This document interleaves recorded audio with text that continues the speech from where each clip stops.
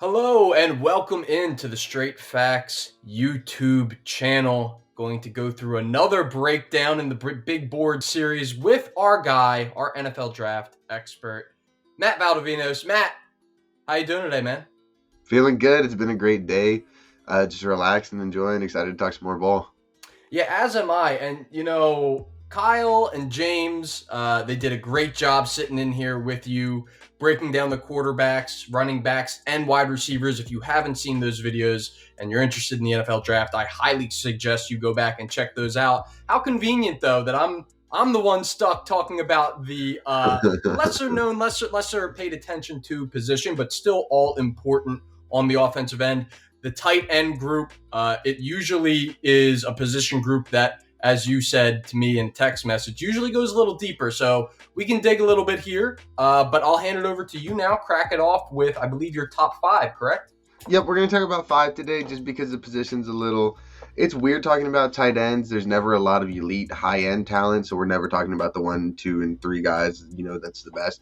Usually it gets deeper into there's this muddled 10 to 15 group, and the third ranked guy and the 12th ranked guy might not be that far. So we're just trying to stick to five. I think we've got five guys, each a little bit unique and different from the other. And I think all five are going to probably see some time in the NFL and be important roles to an offense. And they're my top five guys. So the first guy we're going to talk about is kind of the prototypical high ceiling boomer bust prospect. And that's going to be Jelani Woods out of Virginia Tech.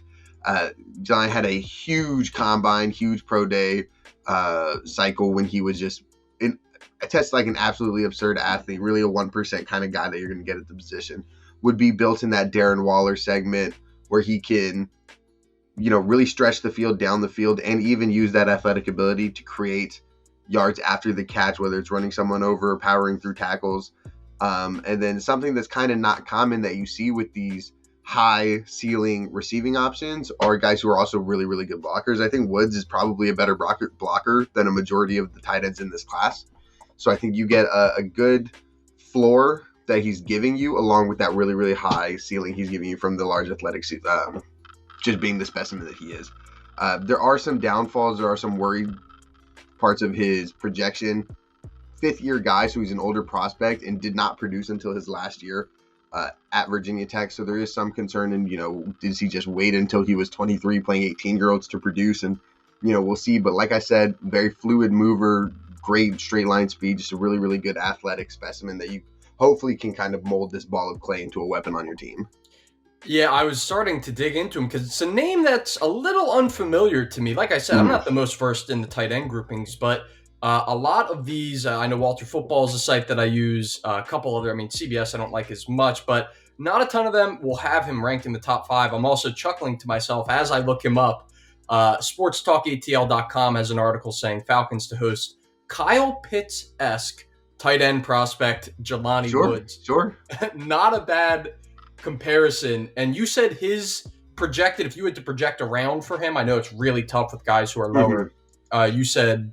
I think he'll probably be a round 3, maybe round 4 guy. Someone you're going to get on late day 2, early day 3, where he's not going to be your starting tight end right away. You're not anticipating him to start any games for you, but it'll be a really, really good complementary piece to whatever you have in place and could maybe give you some like high-end starter upside down the line if everything kind of falls right. Yeah, teams always looking for that playmaker who has that high upside, maybe is lesser looked upon for other reasons, and they have other plans. You look around the league for how Deebo Samuel, Cordero Patterson are being used. Obviously, those are wide receivers turned into running backs, whatever you want to call them. But TE's definitely a viable option as well. So that's number 5. Who do you have for us for number 4? Number 4 is Greg Dulcich out of UCLA, kind of sticking with that theme, former wide receiver coming out of high school, and really still kind of in that blurry line in between wide receiver and tight end, kind of lean frame, taller, 6'4", almost 6'5", but just a leaner frame, still plays like a wide receiver, does that big slot kind of stuff. Is going to be more in that Mike Gesicki role, though he doesn't have that same length or high-end leaping ability that Gesicki has, but more than enough athleticism to create yardage after the catch, especially if he's moving horizontally, parallel to the line of scrimmage. Can take those crosser routes and do some damage to defenses down the field. Can also attack down the seam. Solid hands as well, like I said, former wide receiver, but you're losing some of that well-rounded profile because he just doesn't bring you much, if any, as a blocker. Right, and it really is kind of value in the eye of the beholder, Yep. as we're saying. Because really, if you're a tight end, you could be asked to be sealing the edge for a sweep, or you could be asked to, hey, you have to go beat that safety, beat that linebacker off the ball. So really, and I think that kind of lends itself to what we've been saying about tight ends in general, is just how hit or miss they can be based on, right place, right time, right situation for the player. 6'4", 243 does sound like a pretty enticing frame, though, if I am looking to build around a guy who's maybe not a first or second round pick. So that was number 4. Then moving on now to number 3. Yep, and number 3 is going to be Jeremy Ruckert out of Ohio State. Ruckert's had a very interesting journey to here. He was a top 3. I want to say he was the number 2 recruit for every tight end in the country coming out of high school. So big time guy. Went to Ohio State. Obviously, the anticipation is, Ohio State's starting to become this, really impressive passing offense. They're starting to turn out NFL ready talent, and Ruckert started, kind of falling behind that. So was pretty underutilized and didn't have a lot of production the first couple of years of his career because Ohio State, like I said, was producing guys like Terry McLaurin and Chris Olave's been there. Garrett Wilson's been there. Jackson Smith and Jigba's come back, right? So Paris Campbell was there. So there's just so much talent in that wide receiver room that it's kind of diluted the opportunities that Jeremy Ruckert has gotten. But he was a number 2 tight end prospect, or ranked tight end coming out of high school for a reason. Good athlete, really, really aggressive blocker. Brings his, he's an effective blocker at the college level. I do think he has to work on cleaning up a lot of what he does at the NFL. He's strong enough that he can kind of just, forward charge on the line of scrimmage and get whoever's in front of him to move the way he wants them to. And the NFL guys are going to combat your hands. They're going to, make you get your hands on multiple times, relocate, and then continue to drive forward. So he's going to have some work to do, but a lot of these guys are going to have work to do as a blocker. What I'm really enticed by is the fact that he's so willing, has sticky hands. They throw the ball kind of to him just in working through the progressions. No one's open. Let's just get it to him, right? Kind of like a safety net. So sometimes those balls don't always come in very accurately, having to make catches away from his body. He does a good job on film. I can't tell, I don't think his hands are a weakness at all. I think they're soft. He's got good awareness and concentration when the ball's in the air. Just like I said, underutilized, and I think he's going to be, a lot of people expect him to be a more productive NFL player than he was a collegiate player. Yeah, so when you talk about underutilized prospects, Mhm. and especially when you're going to evaluate those prospects, how do you, as a scout, kind of look at it and say, okay, we have one prospect who he's in there and we've seen what he can do in an NFL-style offense, when he gets utilized in the passing game, things like that, versus a prospect like Ruckert where he maybe has the tools where he could do that if asked, but we haven't seen it as a definite on tape. How do you gauge, one versus the other? Well, I think an important thing to look at is, just where they are in comparison to each other, right? If someone has played in an NFL style system and is put in this situation to succeed, and everything around him is giving him a better opportunity to succeed, and his production and his talent in the film comes out pretty similarly to someone who's just a specimen out there who's just doing it by his natural talent, I think there's some volume to speak to that even though this dude, we're seeing him do things that NFL teams are asking him to do, if the production's kind of close, even though the other tight ends may be in a filled receiving room or whatever have you, maybe just an offense that's not going to target the tight end as more and is still trying to match some level of production, I think that's an impressive, and that speaks volumes to that prospect, that physical specimen. But I think a lot of times we see the production fall a little bit flat, kind of like Ruckert. And I think what you got to do is just try to envision the player in the offense that you're expecting him to be in, to try and envision what his role would be in the NFL and how he would succeed. And so really it's all projection, it's all subjective. And this is why scouts and GMs get paid big money. And so I think with Ruckert, you've got a guy who projects smoothly into what the NFL asks tight ends to do. And that's why he comes in number 3 on my board.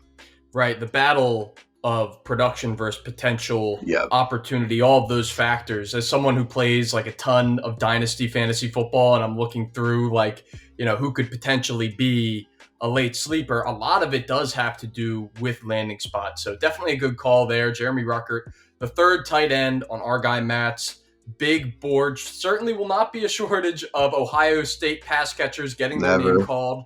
on draft day. But we're going to move now into our top two. Who you got coming in at runner-up? Yeah, number 2 for me is going to be Isaiah Likely out of Coastal Carolina. A name that a lot of people are familiar with, but I feel like the love for him has fallen off a bit as we get closer to the draft. I think he's just been a name in the cycle for a while, so people are kind of tired of talking about him or scouting him. As we get more information or we dive deeper into the class and we find these new tight ends, these new players at the same position, it's understandable that some people are going to start having Likely fall down a little bit. I think we've seen the same thing happen with like a Matt Corral. We've seen maybe Traylon Burks, right, where guys are just tired of talking. Maybe even some Derek Stingley. I think people don't realize that he's going to go top 10, and people are kind of just tired of talking about him because we have been for like 3 years. Kayvon Thibodeau too, right?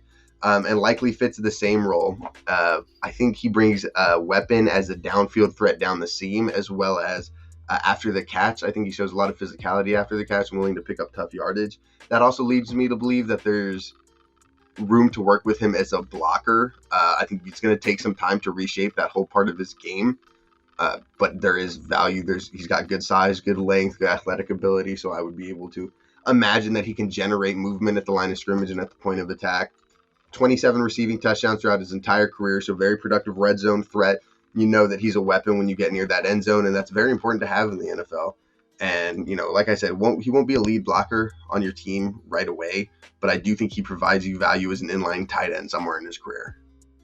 Yeah, as you mentioned, Likely out of Coastal Carolina. Do you project him, I guess, as a solid day 2, going to go second, third round type guy? So these are my rankings, right? I don't necessarily have... I think Greg Dulcich will probably see go before Likely, and I think we'll probably see Jeremy Rucker go before Likely as well.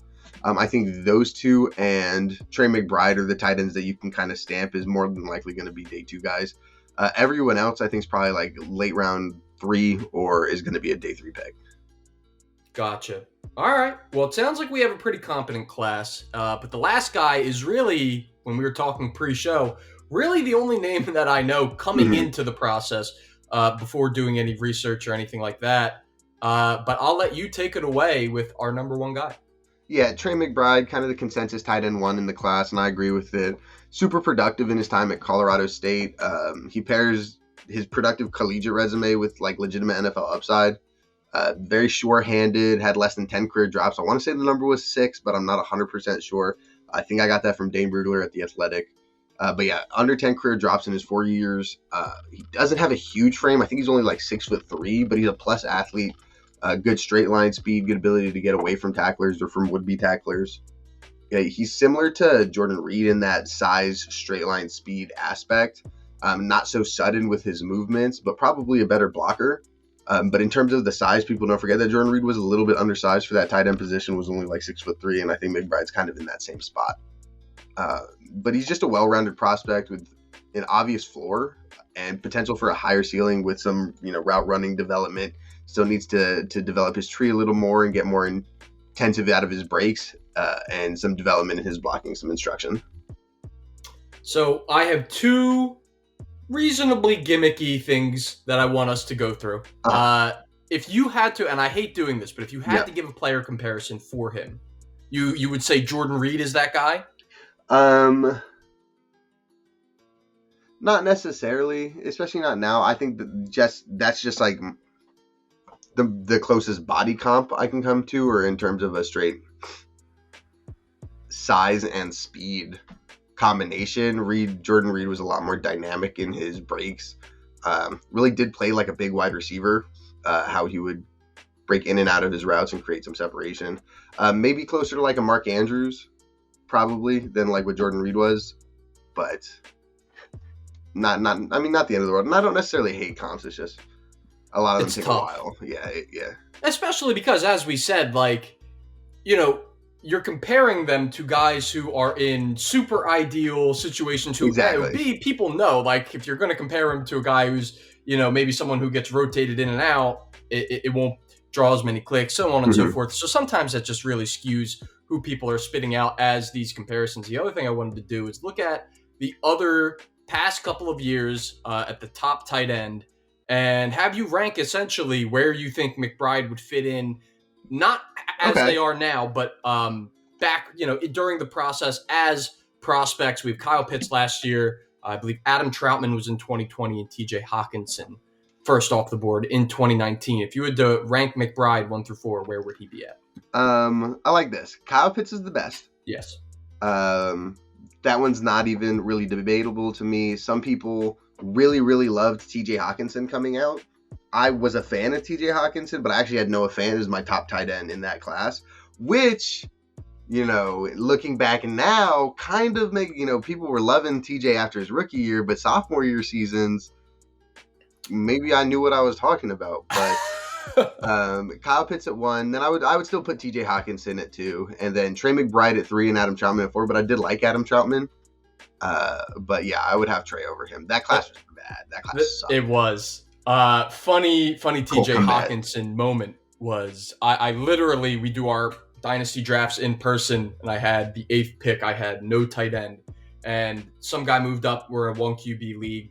Someone moved up to take Kyler in like the top 7. Got laughed at. Not a terrible pick, but I was so excited. I full sprinted to the board with the sticker with Hawkinson's name and smacked it on the board as hard as I could. I was a huge, and still to some amount, he's a good player. He's a fine player. The offense there needs to develop, which it's on its way to doing. I like Amon-Ra as well there. So there is our top 5. If we want to go back through them, you have Jelani Woods at number 5. I believe it was Greg Dulcich at 4 from UCLA. Yep. Then number 3, Jeremy Rucker from Ohio State. Number 2 was Isaiah Likely from Coastal Carolina. And finishing it off at number 1, Colorado State's Trey McBride. Matt, before we get out of here, any closing thoughts? No, I think it's an interesting, I just want to say with the tight end group, don't be surprised if none go in the first round and a half, right? I think McBride probably comes off the board when the playoff teams are picking in the second round and they want to add some versatility to their offense. But also don't be surprised if we see a lot of productive guys from this class. I think it lacks that high-end talent. Nobody's a top 50 pick, and that happens. But I think there's a lot of dudes, like I said, who, we only did the top 5 today, but maybe we see 10 to 15 guys go in between the second half of the second round and the 5th round, and it's just a lot of talented guys who will play their own role in an offense. So don't be surprised if we see some rookies come in this year and produce.